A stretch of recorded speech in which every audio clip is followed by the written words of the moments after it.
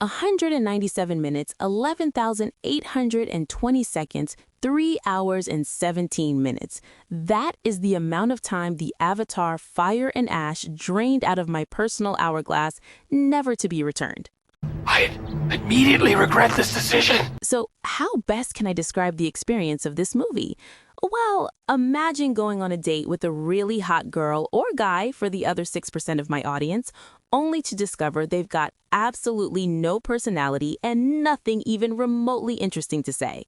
The first hour passes tolerably enough because, if nothing else, they're pleasant enough to look at, and you're able to coast along with idle small talk while you get quietly drunk. By the second hour, you're starting to get bored and distracted and kind of regretting your decision to come along for this thing. And by the third hour, you're just desperate for it to end and seriously considering slipping off to the bathroom, calling an Uber, and getting the hell out of there. Fire and Ass is practically a test of human endurance and determination, a bloated, cliched, overwrought, melodramatic, pretentious vanity project by a once great filmmaker who hasn't heard the word no in almost 30 years. A man whose fame and success has given him all the time and money in the world to indulge his worst excesses. And believe me, he does. Just like that date you wish you hadn't gone on, it definitely looks fantastic, and I can't fault the sheer money and effort that went into its visuals. But it's ultimately a hollow and meaningless experience going nowhere with a bunch of characters you don't particularly care about, taking forever to do it, and ultimately ending up right back where it started.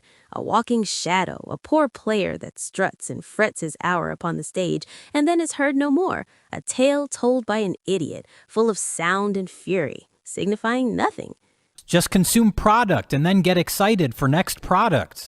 Jesus Christ. Let's just get this shit show underway so I can do something more worthwhile, like cutting the brake cables on my neighbor's car.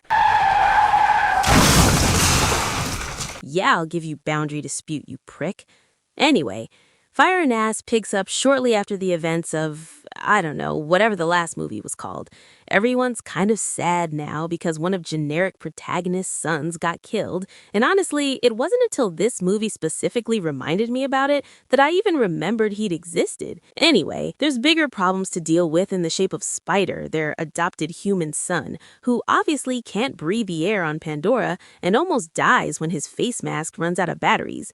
Generic protagonist decides that he can't stay with them anymore. It only took him like 18 years to realize this. So they hitch a ride with a bunch of traveling sky traders, or whatever the hell they're supposed to be, to take him back to the humans. But oh no, they get attacked by evil fire people led by evil Fire Lady. Why exactly are they evil? Why are they attacking their own people when there's an existential threat to the whole planet to deal with?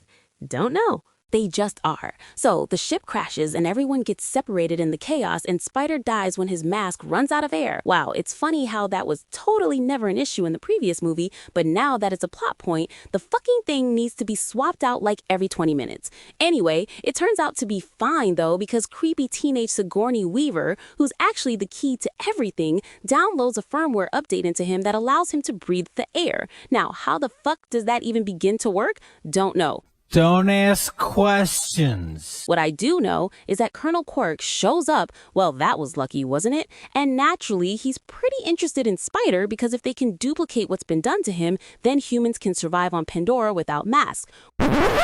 Wait. Hold up, let's just stop this for a second. I'm sorry to go off on a tangent here, but can someone please explain to me what exactly the human objectives are on Pandora? Because by George, they seem to change more frequently than my fucking underwear are. Like in the first movie, it was basically just a mining operation to grab the magical bullshit mineral on the planet. And the soldiers were there just as hired guns to protect the operation. Then in the second movie, it was all about sucking out the brain goop from the space whales to make people live forever or something.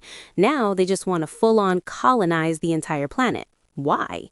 I mean, I'm no expert on planetary colonization, but speaking as a layman here, if I was looking for a planet to settle on, I'm pretty sure my first priority would be a breathable atmosphere. Like, are you seriously telling me that Pandora is literally the only planet in the galaxy that humanity can possibly colonize?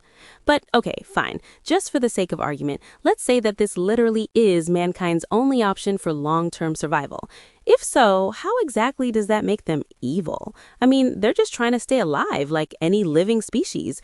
If the Na'vi faced the same dilemma and they actually had the technology for interstellar travel, they'd almost certainly do the same thing because ultimately their own survival would take priority over any species that stood in their way. In fact, I'd argue that expansion and conquest isn't just a necessary step for survival, it's an absolute biological imperative. Humanity's manifest destiny isn't just to reach for the stars, but to seize them in an iron grip and never let go. And that means taking the fight to our enemies, wherever they may be. The demon, the heretic, the Xenos, all shall be purged in the holy fires of war and conquest. All shall fall before the unstoppable might of our armies until the entire galaxy knows only one thing, the eternal grip of the Imperium of Men. Sorry, lost my train of thought there. What the hell was I talking about? Oh yeah, the Na'vi. So let's go with the assumption that humanity absolutely does need to colonize this particular planet. Well, that would leave them with only one viable course of action, the complete annihilation of the Na'vi as a rival species. Because let's be honest, they're clearly hostile, and every time humans have gone up against them in battle, they've lost. They represent a clear and present danger to human survival, so why fuck around with all these little piecemeal attacks? In fact, why even bother fighting them at all when there are other, more viable options? For example, an airborne pathogen specifically designed to kill that one particular species would solve the entire problem within a matter of months without the need for costly battles or damage to Pandora's ecosystem. Shit, man, the common flu would probably be deadly for them since they'd have no natural immunity to human diseases. And if we really want to stick with the Native American allegory, which we clearly do with these movies, that would actually be pretty close to reality. It was diseases like smallpox that really defeated them, not a bunch of settlers with flintlock muskets. Anyway, those are questions for other smarter movies. Let's just get back to this one. So Quark naturally wants Spider, but evil Fire Lady wants Quark because he has access to guns, and she likes guns because they go boom. A woman after my own heart. Now, considering the aforementioned allegory for Native American colonization, I guess this is the film's attempt to reluctantly acknowledge that Native Americans weren't exactly a peaceful, harmonious utopia before the dreaded white boys got there. Anyway, the upshot is that Quark and the humans are now allied with the evil fire people, so generic protagonist and his family are under threat from all sides. So there's a bunch of chases and a bunch of battles and a bunch of different characters get taken prisoner, but nobody ever dies because this is basically a soap opera with a AAA budget. And generic protagonist delivers a rousing speech to rally all the clans around him. And it's just in time for, I don't know, a big final battle that's the same exact setup as the other two final battles from the other two movies. And just when it all seems lost, a Deus Ex Machina Pandora conveniently steps in to save the day with a bunch of animals that suddenly decide they're capable of understanding orders and forming battle plans. And the humans get defeated again, and the Na'vi celebrate again. And there's some earnest speeches about, I don't know, the importance of family and sticking together, and for fuck's sake. Sake! The short version of all this bullshit is that if you've seen the first and second Avatar movies, you've basically seen this one too. The formula is the same. It's just the values that are bigger this time around, and the result, well, it's a long movie. In fact, just like Tatiana, I think it's about time we talked about that excessive length.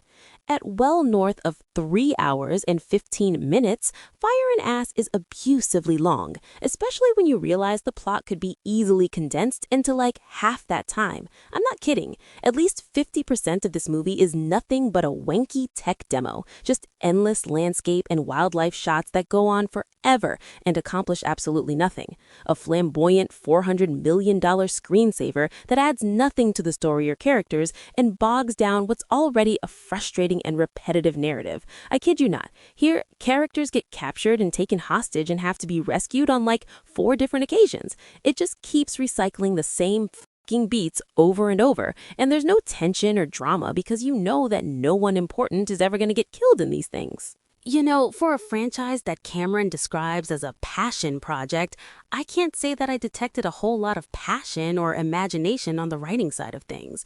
Like, what happened to the aliens in Terminator 2 energy? What happened to the James Cameron we knew from the 80s and 90s? Did IQs just drop sharply while I was away? Yeah, the guy definitely cares about filmmaking technology, even if he's like the only man on Earth who still has a hard-on for 3D.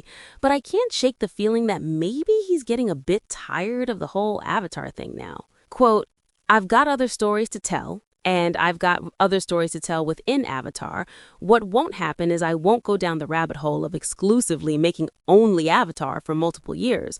I'm going to figure out a way that involves more collaboration. I'm not saying I'm going to step away as a director, but I'm going to pull back from being as hands-on with every tiny aspect of the process. Maybe he's beginning to realize that 25 years is a hell of a long time to invest in 3 movies, especially when you're 70 years old.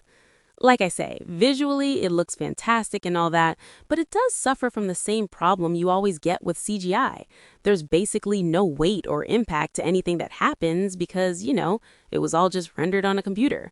Also, the scenes with Spider do kind of make me laugh. One, because the actor's so shit wooden you can make a log cabin out of him, and two, because he's the only physically real thing on screen, it's pretty obvious when everything else around him is fake. As for the other characters, they're the usual one-note walking cliches you'd expect from these movies. Generic protagonist is still just a generic good guy trying to hold his family together and do the right thing. Evil fire lady is evil and likes fire because the movie needed another antagonist. I guess the kids are all a bunch of nothing burgers to the point where I struggle to even remember who was who. Creepy teenage Sigourney Weaver is still creepy as fuck because she's got the body of a young girl but the voice of an old woman. And I don't care how much you try to make her the key to everything. I'll never understand why this character is in the fucking movie. The only character with even a grain of personality is Quark, and I suspect that's mostly down to a strong performance by Stephen Lang. Generally, though, if you asked me to describe the personalities of any specific character in this movie, I would totally struggle, because there's nothing to describe. In terms of themes, the anti-colonial, anti-capitalist, anti-military messaging is all present and correct, and honestly, there's not much I can add to it that I haven't said in my previous reviews. I will say, though, that it's become particularly on the nose this time around. Here's a fun little drinking game you can play at home, kids. Have a careful look at the human characters in Avatar. The brutal soldiers, the cruel whale hunters, the evil corporate types, all the people you're supposed to hate. And take a shot every time you spot a non-white actor on screen, even in the backgrounds. I can pretty much guarantee you'll be stone cold sober by the end of the movie. Why? Because there's none to be found here. And it's strange because normally you can't move for the on-screen diversity in Disney movies, which are determined to reflect the world we live in today. I wonder why they dropped the ball so suddenly with this particular film. I wonder why they chose to have this violent, destructive, expansionist, capitalist, militaristic dictatorship represented almost entirely by one ethnic group. Well, I couldn't possibly solve this mystery. Can you? As a great man once said a long time ago, you might not have noticed that, but your brain did. So how the hell do I sum up my thoughts on the Avatar films? Well, remember the Star Wars prequels? Remember how most people generally agree that the biggest problem with those movies was George Lucas himself and his complete inability to get out of his own way? Remember how most people conceded that he'd become too rich and too powerful, and there was nobody left around to call him out on his bullshit and rein in his worst impulses as a filmmaker? Well, I think James Cameron seems to have walked the same path, because when you get right down to it, that's what the Avatar movies are. Proof that all the money and all the visuals and all the resources in the world are no substitute for a decent fucking script. Will people still flock to see it no matter what I say here? Sure. Will it still make a fuck ton of money? Almost certainly, but probably less than the last movie, which also made less than the first. Will anyone even remember it a week after it leaves cinemas? Probably not, but such is the way of Avatar. It's the ultimate hollow victory, a pile of money you can't spend, a piece of art with no meaning, a story with no purpose, a film that absolutely isn't worth 197 minutes of your life. Anyway, that's all I've got for today. Go away now.